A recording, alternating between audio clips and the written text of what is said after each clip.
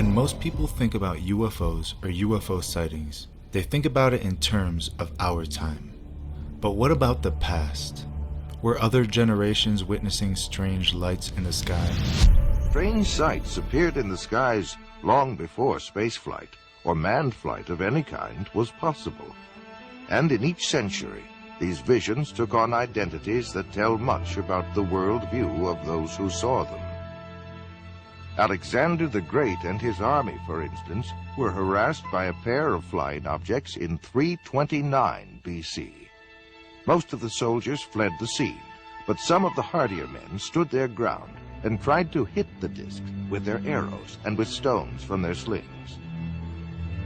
In 1492, just 4 hours before discovering land, Christopher Columbus saw a bright glowing object come out of the sky, go into the water, and travel slowly through the water very close to the ship that he was on.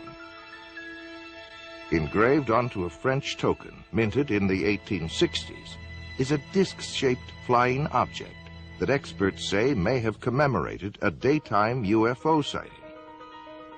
The great British astronomer Edmund Halley of comet fame also saw a series of unexplained aerial objects in March of 1716. One of them lit up the sky for more than 2 hours and was so brilliant that Halley could read a printed text by its light.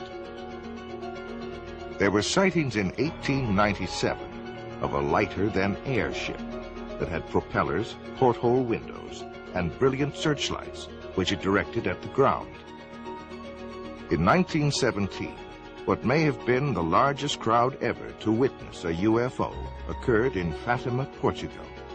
50,000 people watched in amazement as a huge silver disc began spinning like a windmill and dancing about in the sky.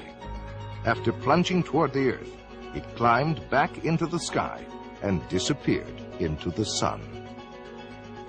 One night during the summer of 1948, Clyde W. Tombaugh, the astronomer who discovered the planet Pluto, was sitting in the back of his home at Las Cruces, New Mexico. He and several witnesses, including other members of his family, watched a strange glowing craft move overhead. All of the witnesses agreed that the object was definitely a solid ship and that it was probably some form of extraterrestrial device. John Keel is a world-renowned expert on UFOs and has written numerous books and articles on the subject. A self-described agnostic, he made this statement: "Thousands of books have been written on the subject of demonology, which is the ancient and scholarly study of monsters and demons.